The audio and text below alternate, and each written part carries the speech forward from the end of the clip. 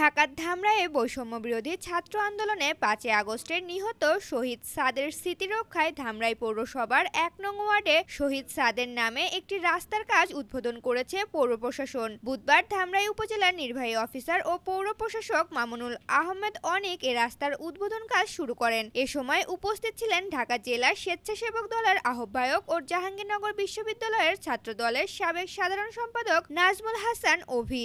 ওয়ালটন আবারও মিলিনিয়ার অফারে ওয়ালটন ফ্রিজ কিনে আপনিও হয়ে যেতে পারেন মিলিয়নিয়ার। মিলিনিয়ার ছড়াছড়ি দেশ জুড়ে, এটা শুধু ওয়ালটনই পারে। পৌর প্রশাসন জানায় পৌরসভার ১ নং ওয়ার্ডের ধামরাই কামালপুর সড়ক হতে কান্দিকুল পর্যন্ত একটি এবং অপর পাশে আইনগণ কবরস্থান পর্যন্ত আরও একটি রাস্তা নির্মাণ কাজ উদ্বোধন করা হয়েছে। এই রাস্তা দুটোর কাজ সম্পূর্ণ হলে এ এলাকার জনদুর্ভোগ নিরসন হবে। ধামরাই উপজেলা নির্বাহী অফিসার মামুনুল আহমেদ অনিক জানান, জুলাই আগস্ট গণ অভ্যুত্থানে নিহতদের স্মৃতি রক্ষায় জুলাই ২৪ শহীদ সাদের নামে এই রাস্তা দুটির নামকরণ করা হয়েছে। অচিরেই রাস্তার কাজ সম্পূর্ণ হবে। ধামরাই পৌরসভার জনগণের স্বার্থে প্রশাসন নিরলসভাবে কাজ করে যাচ্ছে।